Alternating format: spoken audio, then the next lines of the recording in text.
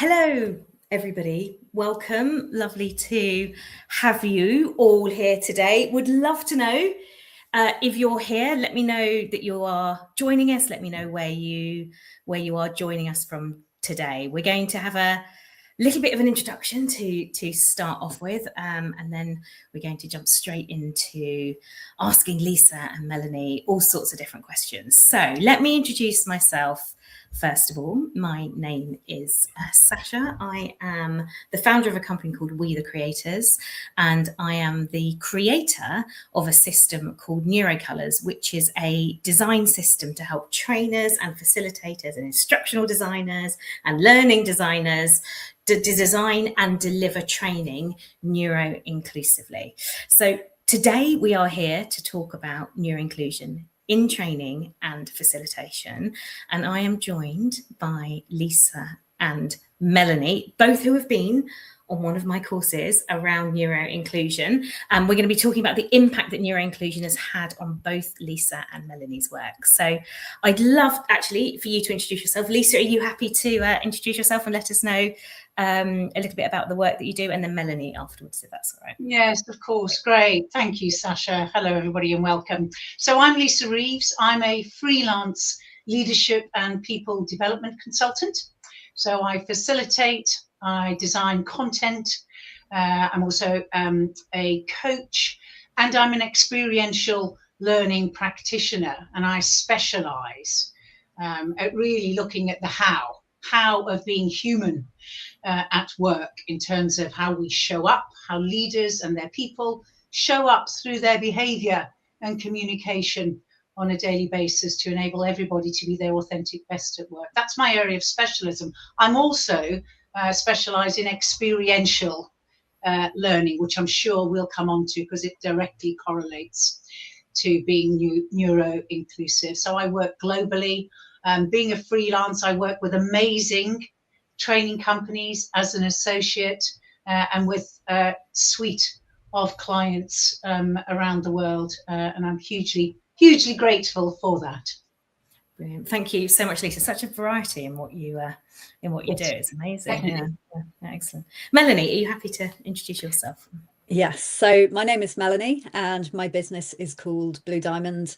And I work, so a little bit different to Lisa, but I'm going to tell you about who I work with. So I work with accountants and finance professionals. So I am a coach, I'm a trainer, facilitator, and I help finance professionals be better at their jobs. And so I'm not teaching any kind of accountancy or any kind of finance practices. And yet I'm helping with some really useful stuff, some essential skills, some skills that help us to be human in terms of communicating better with people, building relationships, working on their personal brand. I was working with a finance team, helping the individuals work on their personal brand this week. So the topics are quite varied. And again, it could be leadership or giving people feedback and things like that. The topics can be varied. And the types of people I work with are often finance professionals, or indeed people that work in those finance functions as well. Brilliant. Thank you. Thank you so much, Melanie. It's so nice to, I always love hearing you when you talk about it, because you're so good at describing the niche that you kind of work with. I think it's brilliant. You've kind of got that down, able to articulate that so clearly. So brilliant. Thank you so much, Lisa and Melanie. So to anybody who's here at the moment, this is an interactive session. So please feel free to ask us any questions as we are going along. You can just pop them in the chat and we will see them as they come through. And yeah, we will endeavour to answer any questions that come up. We are on a half hour. We're doing a power half hour today, so we'll be finishing at around 1:30. So I'm going to start, Lisa and Melanie, by asking you a question around what made you sign up for the course. So as I was saying right at the beginning, both Lisa and Melanie have been on one of the courses that I've run around around neuroinclusion, so have kind of learned a lot around neuroinclusion and how to embed that in your training and facilitation practice. But Lisa, I'd love to ask you, first of all, what made you sign up for it? What was the kind of trigger for you? Well, it was the coming together of a number of key factors, actually, that I'm sure everybody's aware that the data, the research, the insight and the information, the pace of discovery in terms of how the neuroinclusive brain operates and what it needs to operate at its best is fast, incredibly fast. And there's huge amounts of fantastic data out there. As an experiential learning practitioner, and I deliver mostly other people's programs, and the rate of change of what I was noticing, that mostly in the content, the concepts, and mostly the designs, that pace of change was not working at the same pace of data, insight, and information. And a lot of and I'm sure it's the same for you as well, Melanie, a lot of the concepts and the psychologists that we're traditionally working with in learning and development, their studies were done 40, 50 years ago, a lot of those. So for me, there was a tension there between, actually, there's so much data coming out, yet actually a lot of the designs and the content and the concepts were staying the same.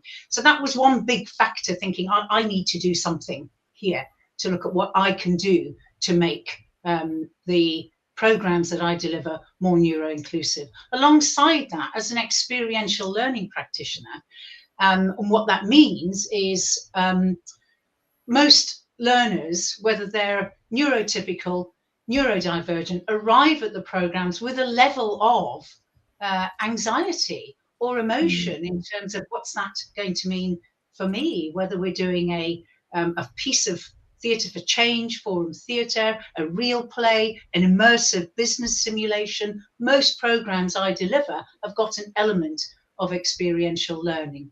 So thinking, actually, and we know 15 to 20% of learners have neurodivergent needs. So a growing awareness that actually a percentage of my learners are arriving, well, they're all probably arriving with a level of, oh my goodness, what's going to be happening, but really needing to be able to set up experiential learning in a way that works for all brains in the room. So that was very real for me as well.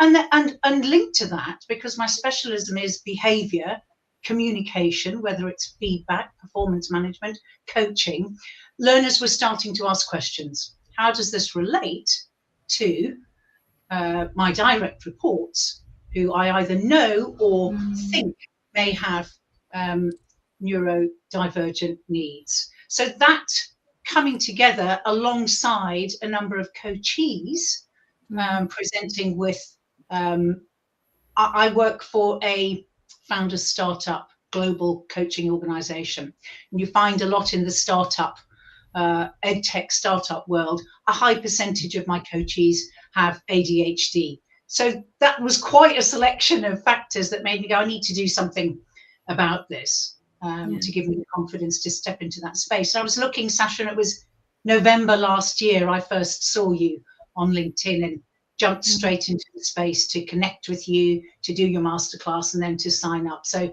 that was the cluster of the environment and factors that were happening that meant that I came to you. That's so interesting. So I want to pick up just on the very first thing that you said. What you seem to be saying there is that in your experience, and I do remember you talking about this before, a lot of the sort of learning design theory just felt a little starting to feel out of date. Is that is that the point you were sort of making? Well, look, we won't open a can of worms in terms of the, the communication tools.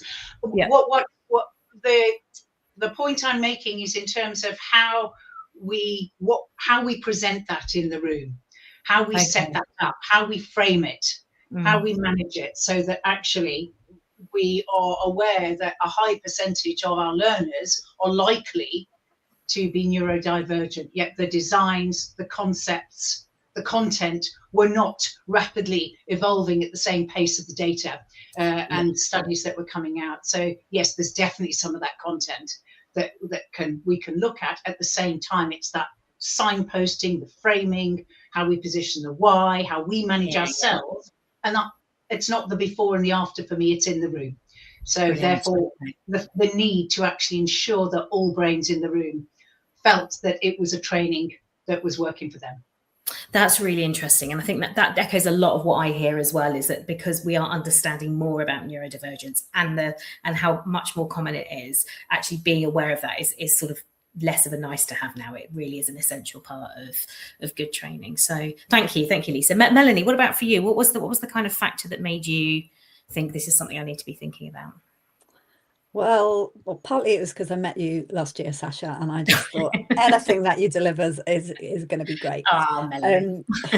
On a personal note, yeah, I've been designing and delivering courses for a number of years now. I'm always looking for ways to learn and grow my own skills in that area. And this felt like an area that was a bit of a black box. I felt pretty ignorant in the area of neurodivergence, and I was interested in learning more. And the point that Lisa made, there are more and more people being diagnosed, especially at the adult level. I work a lot with finance professionals. I think there are quite, I don't have any stats on that, but there's quite a few ASD, ADHD people within that population. And not everybody participates and gets the same out of the learning experience as everybody.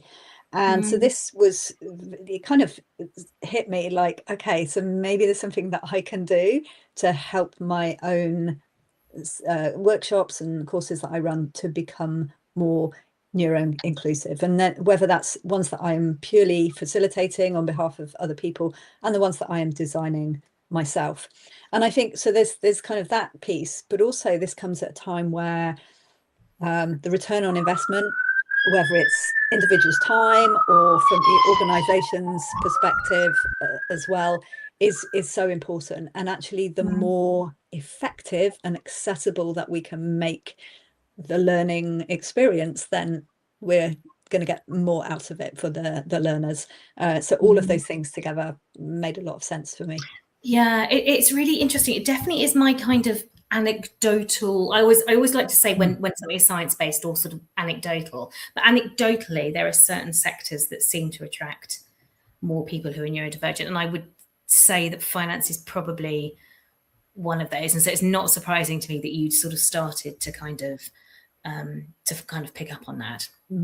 So yeah, brilliant. Thank you so much. And so I'd love to know with the obviously you both, it was January, I think you both came to the course, so it's been it's been a little bit of a while, and we're in August now, so it's good to know that this stuff is still kind of fresh in your mind. But what's the kind of sort of the biggest change you've seen or you've kind of implemented in your work? So if you thought back to like before you started thinking about this and now after, what's the sort of biggest change that you've seen? And Melanie, I'd love to come to you first for that, if that is all right. Okay, so I think one of the points that really stood out for me in the sessions was that like rather than understanding these kind of people or this kind of people, actually if we can make things as inclusive for as many people as possible and make the changes at that holistic level, then that's going to be more useful for everybody. And yeah, one of the ones that jumps out is around the signposting, at the beginning, what are we going to be covering, and helping people kind of move along that journey. I'm quite a visual learner, so whether we can, I make it visual on the slides and talk people through that and help people understand where we are, what we've already covered, what's coming up, I think is useful. And I'm not sure that anybody is going to be worse off for having that information presented. So the whole piece about making it more accessible and inclusive for everybody in the room, whether they have identified with a particular request or not, being able to help the majority. That's really interesting. I think that is the kind of the crux of it, which people often don't think about, is that if you design it for people who are neurodivergent, it does end up benefiting everybody. So I think that's a really interesting change, because I often meet trainers who think, and we talked about this right at the beginning of the course, about adapting for people who are neurodivergent as the add-on, and actually what you're talking about is it just being an inherent part of the design that you've put together. Yeah, brilliant. What about for you, Lisa? What's been the change that you've kind of that absolutely resonates as well, in terms of, I'm not going to use the word should. Yeah, good. Applying the 8 principles, as Melanie's indicated there, makes rudimentary facilitation and design techniques and tools. So it's a real refresher in terms of actually, this is for everybody. This is for that biodiversity that you talk about so beautifully. So for me, because you talk about what you can do before, in terms of contacting clients and learners, what you do in the session, and how you follow up to make it more neuro-inclusive. So if we take that middle section, for me, when I receive a design, the key things that have changed for me is, if you look at the information on, well, everybody's in cognitive overload at the moment, aren't they, in terms of this much data. And if we look at the tech advances and AI advances, but particularly neurodivergent learners and that cognitive overload and sensory overload. So I now always take a design. Any of my training companies are listening, you know, I now find the space to set up absolutely that structure and signposting right at the start. Is absolutely critical in terms of what we're doing, when it's relevant for you, why we're doing it, and how it's going to work. And that's a technique that you give, Sasha, for as we approach any exercise. But for me, it's now every single program. I set that up really clearly, and I find the more I do that, particularly the why, and then I come on to the how. And for me, as I said, I frequently have actors, will frequently be doing experiential learning exercises. So when I come to the how we're going to do that, then I can talk through, not just in terms of we'll be doing it in pairs, we'll have time on our own, we'll be up the how, but I can also set the scene in terms of the experiential learning exercises. That's absolutely critical, and the more effective that is. And I've become, actually, I remember the first time I did it, and I spoke to you about it, Sasha, that I said, you know, I started with saying in my how, I say, my aspiration is to be a neuro-inclusive trainer. Brilliant. And of late, I can now say right at the start, I'm a neuro-inclusive trainer. I want all brains in my training room to be operating at their best. You are the experts of your brains and what you need. So we will be doing things in pairs, in small table groups. We'll be up. Will you please take the time to sit on your own and thinking, speak to your partners. So actually, that's a great moment, and I definitely notice it. I was doing a big event 2 weeks ago with a top 20 global law firm, and I had 70 learners in the room. And it's a palpable beat of a moment of recognition. And I let it land, and I see it in the eyes of people in the recognition.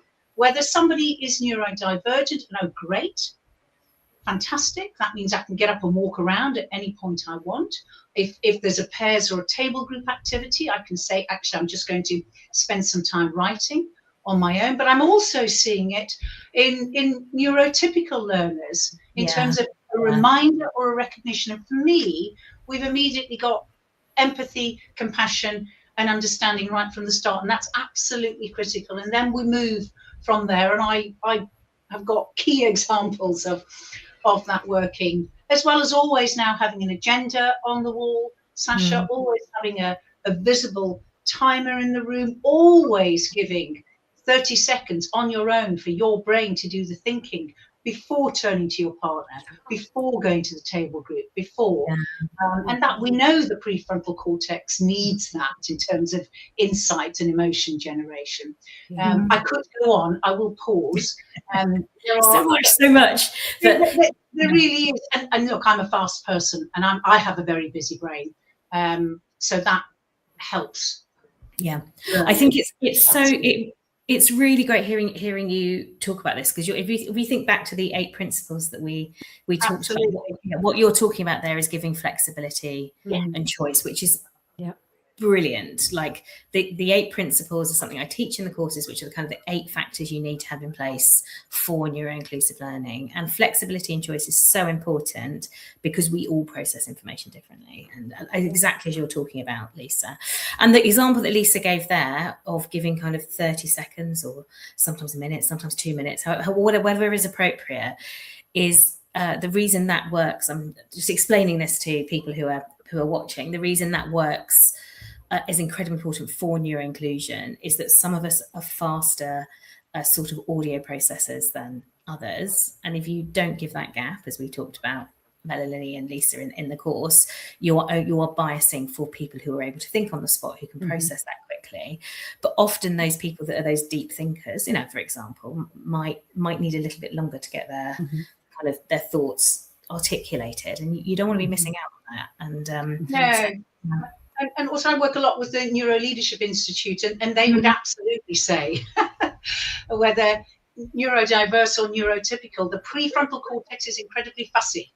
And if you want somebody to get their own personal insight, you have to give the prefrontal cortex the time to reflect and process, whether it's a fast brain or a processing thinking brain that works differently. So it's we need it. Yeah. Brilliant. Okay, well, it's really interesting hearing you both kind of talk about that. And what's particularly interesting is hearing you talk about it a few months after you've done the course, because it does appear that a lot of this stuff has like really informed your practice, and it hasn't just it's been something that's kind of stuck with you, which for me, as someone who runs the course, is like, yes, excellent, this is nice to hear.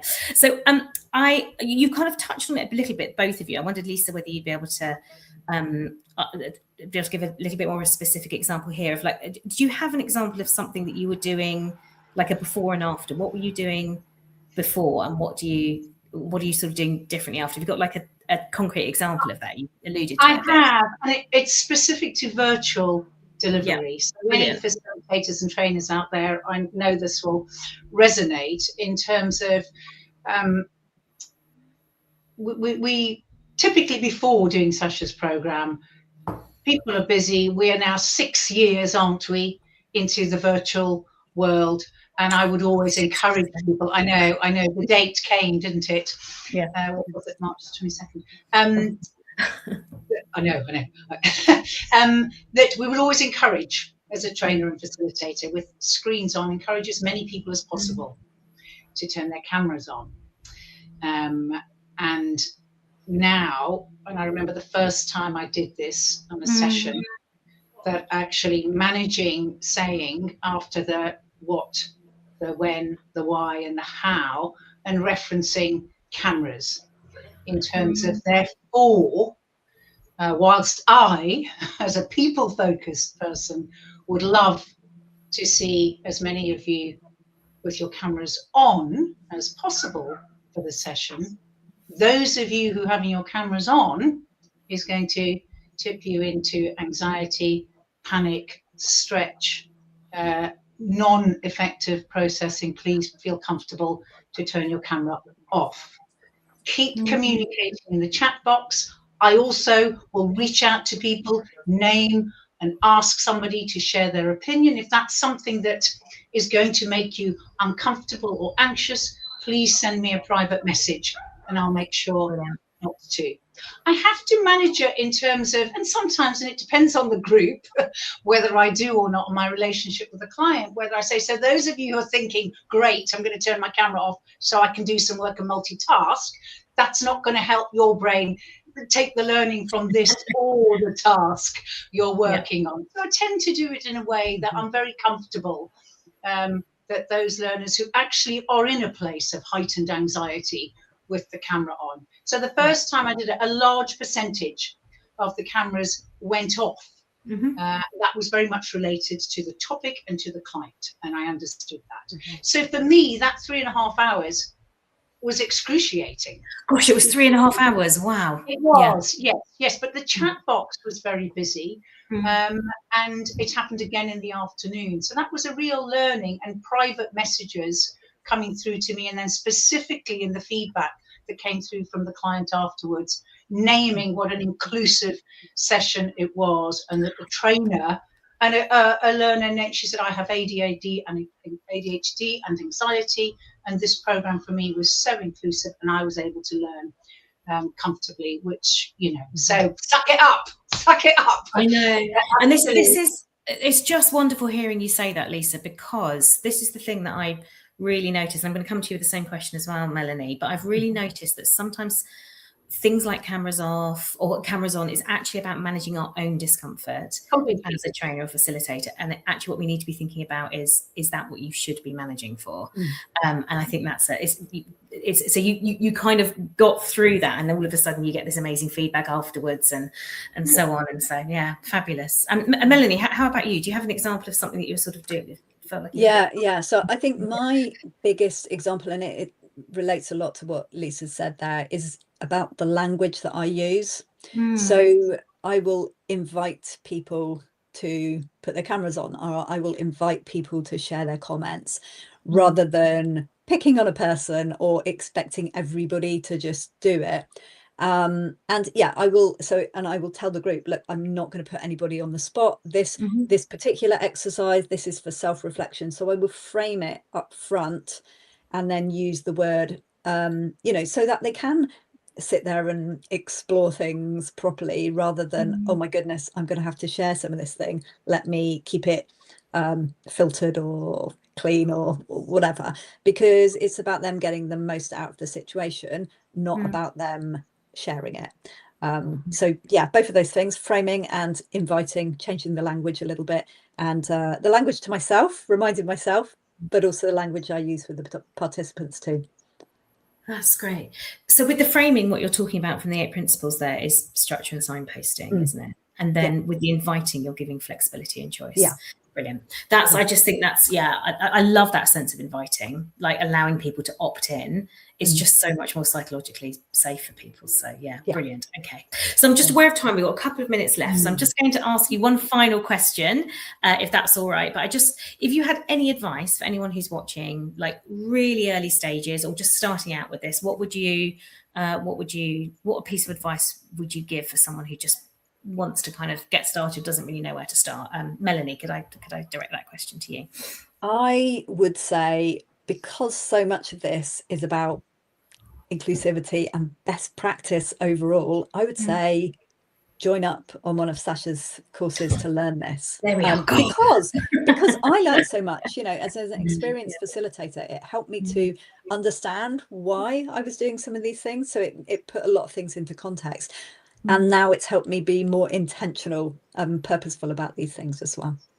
Well, brilliant. Well, I mean, that's a pretty perfect answer there. Thank you. How about for you, Lisa? Is there any advice that you would give to someone? Well, what Melanie said, and I suppose, look, as somebody who potentially has a tad of a tendency towards perfectionism, making footsteps, the only way to start is to start. So start. So if you've got that instinct and that inclination, then I would say, because the main thing is the confidence. And I remember leaving Sasha's program going, those 8 principles, I've got to do it all in the first session. Sasha manages that beautifully in the follow-up session, so that we don't. Just to start with one tiny thing, because it's about your confidence as a facilitator, a coach, and a designer to start. And once you start, that gives the confidence, and you will see it and recognize it in the room.